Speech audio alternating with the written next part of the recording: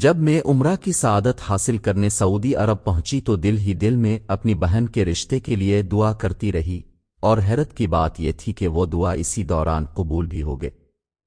جیسے ہی مجھے پتہ چلا کہ اس کا رشتہ طے ہو گیا ہے، میرا دل بے چین ہو گیا اور میں عمرہ مکمل کر کے فوراً گھر لوٹ آئی۔ مگر گھر پہنچتے ہی سب کچھ بدل چکا تھا، نکاح ہو چکا تھا۔ حالات اس وقت الٹ گئے جب دولہا نے مجھے دیکھا اور بنا کچھ کہے میری بہن کو چھوڑ کر چلا گیا۔ وہ روتی پٹتی مجھے منحوس کہنے لگی، بددعائیں دینے لگی کہ میری وجہ سے اس کا گھر برباد ہو گیا۔ میں نے ماں سے پوچھا کہ میرا آخر کیا قصور ہے، تو امی میرا ہاتھ پکڑ کر بہنوئی کے گھر لے گئیں۔ جیسے ہی میں اندر قدم رکھا تو ایسا لگا جیسے روح کانپ گئی ہو۔ وہاں منظر ہی کچھ اور تھا۔ عمرہ جانے سے پہلے میں حد سے زیادہ خوش تھی، خوشی ایسی کہ بیان کے لیے الفاظ نہیں مل رہے تھے۔ ایسی سعادت ہر کسی کے نصیب میں نہیں ہوتی، اور میں ان خوش نصیب لوگوں میں شامل تھی جنہیں اللہ نے اپنے گھر بلا لیا تھا۔ میں جانتی تھی کہ اپنے مالی حالات کے مطابق میں کبھی خود یہ سفر نہیں کر سکتی تھی، مگر جس کمپنی میں 5 سال سے کام کر رہی تھی وہ اپنے پرانے ملازمین کو عمرہ پر بھیج رہی تھی، اور میرا نام بھی فہرست میں شامل ہو گیا تھا۔ صرف 2 دن بعد میری فلائٹ تھی۔ میں نے سب سے پہلے اپنے بیٹے اور بیٹی کی تیاری کی، ان کا سامان باندھا اور انہیں امی کے گھر چھوڑنے گئی۔ مجھے وہ رات وہیں گزارنی تھی تاکہ اگلے دن واپس آ کر اپنی پیکنگ مکمل کر سکوں اور سفر پر روانہ ہو جاؤں۔ اسی رات امی نے بتایا کہ لڑکے والے میری چھوٹی بہن کو دیکھنے آئے تھے اور بہت پسند کر کے اپنے گھر آنے کی بھی دعوت دے گئے ہیں۔ امی نے کہا اگر میں 1 دن رک جاؤں تو ہم دونوں مل کر لڑکے کا گھر بار دیکھ سکتے ہیں، مگر میرے پاس وقت بالکل نہیں تھا۔ میں نے امی کو سمجھایا کہ مجھے اپنی روانگی کی تیاری مکمل کرنی ہے، اس لیے بہتر ہوگا کہ وہ لڑکے والوں کو میری واپسی کے بعد کا وقت دے دیں۔ اپنی مجبوری بتا کر میں نے امی کو تھوڑا سوچنے کا بھی مشورہ دیا۔ امی نے بس اتنا کہا، ٹھیک ہے، میں دیکھتی ہوں کیا کرنا ہے، اور پھر آرام کرنے لیٹ گئیں۔ مجھے تو پچھلے 3 دن سے نیند ہی صحیح طرح نہیں آ رہی تھی۔ بس یہی خیال دل میں گونجتا رہتا کہ چند گھنٹوں بعد میں جیسی خطاؤں میں ڈوبی ہوئی انسان بھی اس مقدس سرزمین پر قدم رکھنے والی ہوں۔ اگلی صبح میں گھر لوٹ آئی اور جلدی جلدی اپنی تیاری میں لگ گئی۔ کمپنی کے تمام ملازمین جن کا میری طرح عمرے کے لیے انتخاب ہوا تھا، سب نے اپنے اپنے گھروں سے براہ راست دفتر پہنچنا تھا۔ وہیں سے کمپنی کی گاڑی ہمیں ایئرپورٹ تک پہنچاتی۔ میں وقت سے پہلے ہی دفتر جا بیٹھی۔ آہستہ آہستہ دوسرے ساتھی بھی جمع ہو گئے، سب اپنے جذبات، دعاؤں اور اللہ کے گھر کی عظمت کے بارے میں باتیں کرتے رہے۔ ہر کوئی ایک دوسرے سے اپنے خاندان والوں کے لیے دعا کی درخواست بھی کر رہا تھا۔ مقررہ وقت پر کمپنی کی وین اور باس ہمیں ایئرپورٹ چھوڑ آئے۔ وہاں سے ہمارا روحانی سفر شروع ہوا۔ 3 گھنٹے کی پرواز کے بعد جب ہم سعودی عرب کی پاک دھرتی پر اترے تو دل جیسے کسی اور دنیا میں پہنچ گیا۔ میں نے پاک ہوا میں پہلا سانس لیا تو آنکھوں سے آنسو بہنے لگے، خوشی کے بھی، ندامت کے بھی۔ میں سوچتی رہی کہ میں تو کتنی خطاکار ہوں، مگر اللہ نے میرے لیے بھی اپنے دروازے کھول دیے۔ اس دن میرے دل میں جو بھی شکوے تھے سب ختم ہو گئے۔ عمرہ کی ادائیگی میں اتنی مصروف ہو گئی کہ دنیا کی ہر بات بھول گئی، حتیٰ کہ اپنے بچوں تک کی فکر بھی پیچھے رہ گئی۔ ادھر پاکستان میں میری امی نے وہ رشتہ جس کا ذکر انہوں نے مجھ سے کیا تھا خود ہی جا کر دیکھ لیا۔ لڑکے والے پہلے ہی میری بہن کو پسند کر چکے تھے۔ امی کو بھی وہ لڑکا اچھا لگا، ذمہ دار، محنتی، شکل صورت بھی اچھی، اور اس کا گھر بار بھی مناسب تھا۔ ہر لحاظ سے بات مناسب لگ رہی تھی، اور دونوں طرف سے دل بھی صاف تھے، اس لیے معاملہ طے کر دیا گیا۔ چنانچہ ایک چھوٹی سی منگنی کی تقریب بھی فوراً کر دی گئی۔ امی نے مجھے فون پر جب سب تفصیل بتائی تو میرے دل میں ایک عجب سکون اترا۔ میں خان کعبہ کے سامنے کھڑی تھی، ہاتھ دعا کے لیے اٹھے ہوئے تھے، اور دل بار بار شکر ادا کر رہا تھا کہ اللہ نے میری ماں کی ایک اور ذمہ داری بھی آسانی سے پوری کروا دی۔ میری ماں نے تو پوری زندگی امتحانوں میں گزاری تھی۔ شادی کے صرف 8 سال بعد جب میں 5 سال کی اور میری بہن 3 سال کی تھی، ایک حادثے میں ابو ہمیں چھوڑ کر ہمیشہ کے لیے چلے گئے تھے۔ اس دن کے بعد ہم تینوں ماں بیٹیاں دنیا کے ہجوم میں بالکل تنہا رہ گئیں۔ جن رشتہ داروں سے امید تھی، وہی مشکل وقت میں ہاتھ جھٹک کر پیچھے ہٹ گئے۔ امی پر بوجھ ہی بوجھ تھا، ہماری تربیت، ہماری ضروریات، اور اوپر سے لوگوں کی باتیں جو کبھی ختم ہونے کا نام نہیں لیتی۔ مگر اللہ کا کرم دیکھیں کہ اس نے میری ماں کو صبر بھی دیا اور ہمت بھی۔ انہوں نے اکیلے ہی ہم دونوں کی پرورش کی، ہمیں سنبھالا اور وقت پر میری شادی بھی کر دی۔ آج میں اپنے 2 بچوں کی ماں تھی اور اب میری بہن کے لیے بھی ایک بہتر رشتہ سامنے آ گیا تھا۔ مجھے یقین تھا کہ قیامت کے دن ابو کے سامنے میری ماں کا دامن خالی نہیں ہوگا۔ اسی دوران لڑکے والوں نے جلدی میں شادی کرنے کا دباؤ ڈالنا شروع کر دیا۔ ان کی جلد بازی نے امی کو پریشان کر دیا اور وہ ایک کے بعد ایک کال کر کے میری رائے مانگتی رہتی۔ مگر میں جس مقام پر تھی، وہاں دنیا کی کوئی بات دل میں جگہ ہی نہیں بنا رہی تھی۔ نہ رشتہ داریوں کے جھمیلے سمجھا رہے تھے، نہ مطالبوں کے معنی۔ اللہ کے گھر میں کھڑے ہو کر یوں لگتا تھا جیسے دنیا کی ساری آوازیں کہیں پیچھے رہ گئی ہوں۔ اس لیے جب بھی امی بات کرتی، میں بس ہاں امی ٹھیک ہے جیسے مختصر سے جواب دیتی رہتی۔ کافی سوچنے کے بعد امی نے خود ہی فیصلہ کر لیا کہ جب منگنی ہو ہی چکی ہے تو شادی بھی کر دینی چاہیے۔ 6 ماہ بعد کرنی ہے تو ابھی کیوں نہیں؟ لہذا انہوں نے بھی ہاں کر دی اور جتنا ہو سکتا تھا اسی حساب سے گھر میں شادی کی تیاریاں تیزی سے شروع ہو گئیں۔ شادی کا دن وہی رکھا گیا جس دن میری عمرے سے واپسی تھی۔ میرے دن اللہ کے گھر میں گزرتے رہے، کعبہ کا طواف کرتے، اپنے رب سے سرگوشیاں کرتے، اپنی غلطیوں کی معافی مانگتے، اور دوسری طرف پاکستان میں امی اور بہن ہر لمحہ تیاریوں میں مصروف تھیں۔ وہ وقفے وقفے سے مجھے کال کر کے ہر چیز سے آگاہ کرتی رہتی تھیں۔ آخر کار وہ لمحہ بھی آ گیا جب مجھے اللہ کے گھر سے رخصت ہونا تھا۔ جدائی کا تصور ہی میرا دل بوجھل کر رہا تھا۔ آنسو تو کئی دن پہلے ہی بہتے بہتے ختم ہو گئے تھے، مگر دل کی تھکن اور روح کی لرزش ابھی بھی باقی تھی۔ لیکن دل کی گھبراہٹ حد سے بڑھ چکی تھی۔ مسلسل رونے سے آنکھیں اندر بیٹھ گئی تھیں، مگر واپسی تو لازم تھی۔ چاہے دل ٹوٹا ہو یا تھکن سے چور، حکم یہی تھا کہ گھر لوٹنا ہے۔ سو ہم جدہ ایئرپورٹ سے فلائٹ میں بیٹھے اور پاکستان کے لیے روانہ ہو گئے۔ جیسے ہی میں نے وطن کی مٹی پر قدم رکھا، میرا دل بے چین ہو گیا کہ جلدی سے جلدی گھر پہنچوں، کیونکہ ٹھیک اسی وقت میری بہن کی بارات ہمارے گھر داخل ہو چکی تھی۔ میں نے ایئرپورٹ سے نکلتے ہی فوراً ٹیکسی پکڑی، ڈرائیور کو گھر کا پتہ دیا اور اسے راستے بھر جلدی کرنے کو کہتی رہی۔ مجھے اندازہ نہیں تھا کہ جس گھر پہنچنے کی میں اتنی جلدی کر رہی ہوں، وہاں میری ماں، میری بہن اور میرے لیے ایک سخت آزمائش چھپی بیٹھی ہے، ایک ایسا طوفان جو ابھی ہم سب کے سروں پر گرنے والا تھا۔ میری بہن کی قسمت پر ایک ایسا نشان لگنے والا تھا جس کا تصور بھی کسی نے نہیں کیا تھا، اور میری اپنی زندگی کا ایک پرانا زخم دوبارہ کھلنے والا تھا۔ اگر مجھے حقیقت کا ذرا سا بھی علم ہوتا تو میں وقت کو وہیں تھام لیتی، مگر وقت کسی انسان کے اشاروں پر نہیں چلتا۔ ایئرپورٹ سے امی کے گھر تک کا راستہ تقریباً 3 گھنٹے کا تھا، مگر میری بے قراری دیکھ کر ڈرائیور نے رفتار تیز رکھی اور مجھے 2 گھنٹے کے اندر وہاں پہنچا دیا۔ گلی میں داخل ہوتے ہی شامیانے نظر آ رہے تھے، بارات آ چکی تھی، نکاح ہو چکا تھا اور ہر طرف خوشی کی آوازیں گونج رہی تھیں۔ میں نے گھر میں قدم رکھا تو خواتین خوشی خوشی ایک دوسرے کو مبارکباد دے رہی تھیں اور چھوارے بانٹے جا رہے تھے۔ میں نے بھی مسکرا کر ایک پیکٹ لے لیا اور سیدھی اس کمرے کی طرف بڑھ گئی جہاں میری بہن دلہن بنی بیٹھی تھی، اور کچھ ہی دیر بعد اسے رخصت ہونا تھا۔ اب دودھ پلائی کی رسم کا وقت تھا۔ جیسے ہی بارات کھانے سے فارغ ہوئی، دولہا کو اندر بلایا گیا اور دلہن کے ساتھ سٹیج پر بٹھا دیا گیا۔ چونکہ میں دلہن کی بہن تھی، یہ رسم مجھے ہی ادا کرنی تھی۔ امی نے نہایت سلیقے سے سجا ہوا دودھ کا گلاس میرے ہاتھ میں تھمایا۔